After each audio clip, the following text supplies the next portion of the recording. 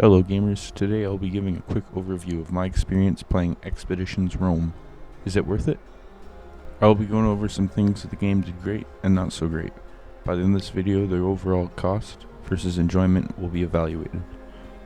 Expeditions Rome has you playing as a young Roman noble who has retreated to Asia Minor after finding out your family was betrayed.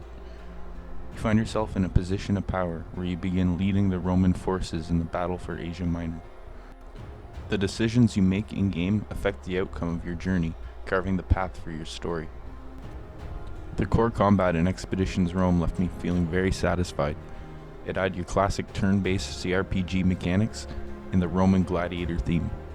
The classes available were the heavy armored, medium armored, light armored, and archer unit. Each of these 4 classes have an additional 3 skill trees you can locate your points into as you level. This leads to some diverse strategies. I was a particular fan of the light armored unit with the assassin skill tree. Very early on you are able to get 100% damage for your first 2 turns, unlimited movement for 1 turn, and double crit when no allies are nearby. Leading my assassin to kill as many squishies as possible the first 2 turns is so much fun. This sort of combat gives me a very nostalgic feeling from playing games like Final Fantasy Tactics and Gladius from the original Xbox. One complaint I had about the combat system was that some enemy turns take way too long to complete. Sometimes you even have friendly allies who are waiting on as well. But hey, at least there's a 2x speed to bring the 5-minute wait down to a 2-minute wait. Another minor detail that bugged me was the friendly NPCs that are borderline suicidal.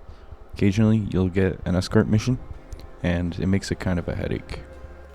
While you progress through the story, you are left with many dialogue options to dictate how events take place. Most of them are pretty linear. You might be given the option to peacefully pay some thugs to leave, or to fight them head on. You find yourself in many opportunities to take prisoners of war, or to kill them. Many of these actions have their own consequences with how the future encounters will progress. I love this aspect of the game. This leaves a lot of variety open to hard mode and Iron Man runs. The massive amount of content in this game is really what gives it the most bang for the buck, but at the same time leaves a bittersweet taste in my mouth. While Expedition Rome has many other features to add to its depth, it can be a sort of double-edged sword. One feature is the in-game crafting and looting. The system leaves a lot to be desired. I found myself rarely crafting any weapons or armor unless it's a legendary item. Most of the gear on the ground is junk, leaving you with way more mats than you'll ever need since you won't be crafting much of that gear either. At the same time, you don't want to leave loot on the ground after combat since just maybe there'll be a decent recipe drop or upgrade. This leaves you wasting way too much time waiting on your character to march around looting.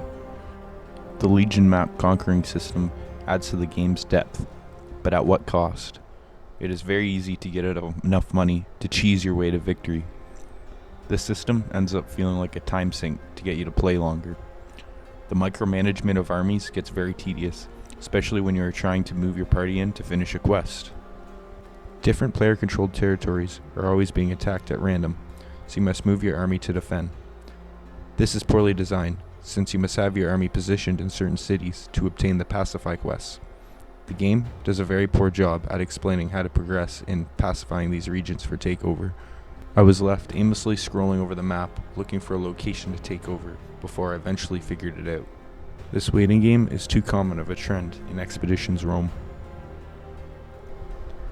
After over 25 hours of gameplay and still only on Act 2, I'm giving Expedition Rome a 6.5 out of 10.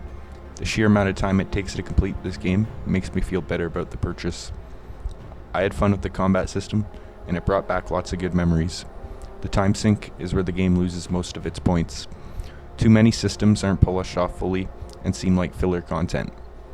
Although these systems provide some extra interest, it was a love-hate sort of thing. I honestly can just barely justify spending the money on this game. I would only recommend buying the game if you know you enjoy the genre, or you can get it on sale. If you want to see some more short reviews and critiques, please leave a like and subscribe. Thanks for tuning in. Peace.